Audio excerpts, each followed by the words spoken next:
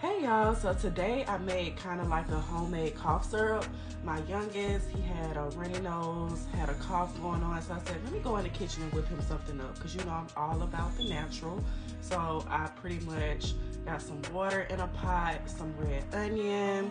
I also got some lemon. After the lemon, I'm putting in some oranges. I also put in some limes. I put in some ginger as well. I also got some ground cinnamon, just a little bit, not a lot.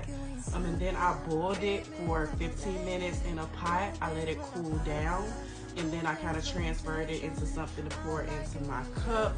I kept the pulp in there because that's, you know, what I like, but you can, you know, kind of strain it to make sure it's not in there. But it was really, really good. I added honey to make sure, you know, it tastes good. For me, you can add as much as you like because it does have a property to heal